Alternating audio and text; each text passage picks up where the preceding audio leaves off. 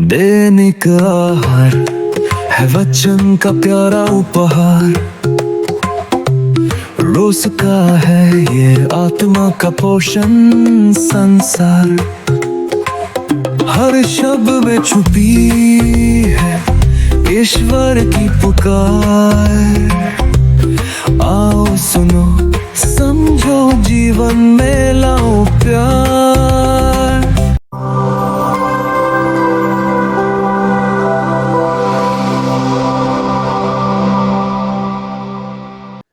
पिता और पुत्र और पवित्र आत्मा के नाम पर आमीन।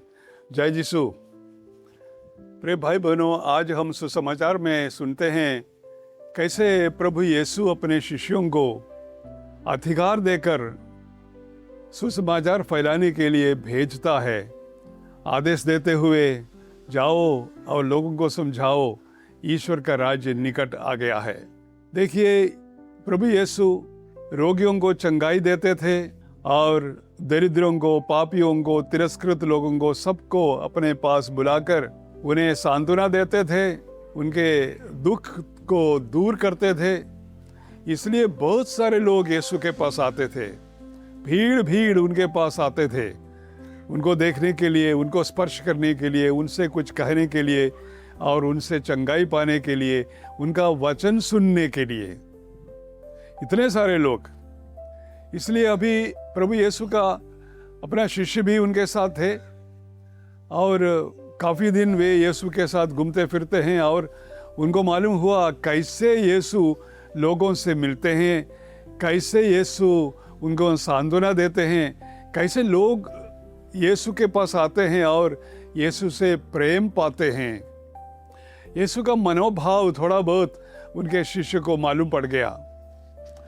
कैसे यीशु विशेष करके पापियों को, दरिद्रों को और तिरस्कृत लोगों को स्वीकार करते थे। और यीशु क्या क्या लोगों को सिखाते थे स्वर्ग के राज्य में, यह सब बात उनके शिष्यों को मालूम पड़ गया थोड़ा बहुत। कैसे क्षमा देना है, कैसे प्रेम करना है। यीशु का जो जीवन तरीका है, जीवन रीति है, अपने शिष्यों को मालूम हो गया। हमेशा शांत स्वभाव का यीशु, प्रेममय यीशु, आनंद देते हुए यीशु, ईश्वर पर भरोसा रखते हुए और अपना पिता से एकजुट कर रहने हुए पवित्र आत्मा से प्रेरित यीशु। तो ये सब बातें शिष्यों को पूरी तरह नहीं पर थोड़ा बहुत समझाया था। तो अभी यीशु ने सोचा इनको अपना अधिकार देते हुए, उन्हें सुशक्तित करते हुए सुसमाचार के लिए भेजे। और वे अपने शिष्यों को भेजते हैं। उन्होंने क्या कहा?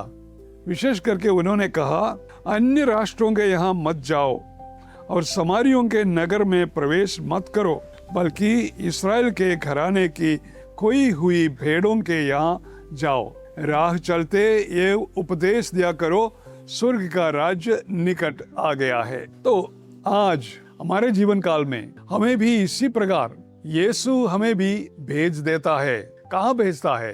कुछ लोग सोचते हैं दूर दूर जाके मिशनरी बनेंगे, कुछ ऐसे जगह पर जाएंगे जहाँ यीशु का नाम अभी तक नहीं सुनाया लोगों को, वहाँ जाकर मैं मिशनरी बनकर रहूँगा। अच्छी बात है, ऐसे बहुत सारे मिशनरी है। पर आज मैं समझता हूँ यीशु आज हमें ये बताता है, सबसे पहले हमारे अपने घर में, अपने इलाके में, अपने पड़ोस में, अपने पल्ली में, वहाँ पर हमें सुसमाचार फैलाना है, ईश्वर का राज्य को स्थापित करना है।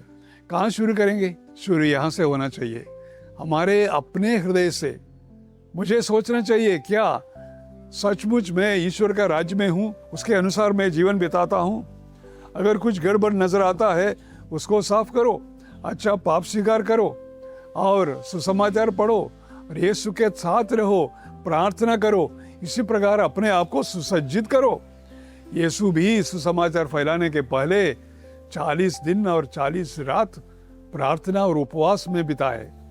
तो इसी प्रकार हमें भी करना है, अपने हृदय को शुद्ध करना है, पवित्र वचन को वहाँ स्थापित करना है और फिर अपने परिवार में सबसे पहले और उसके बाद अपने पड़ोस में, फिर बाकी जगह पर हमें सुसमाचार फैलाना है।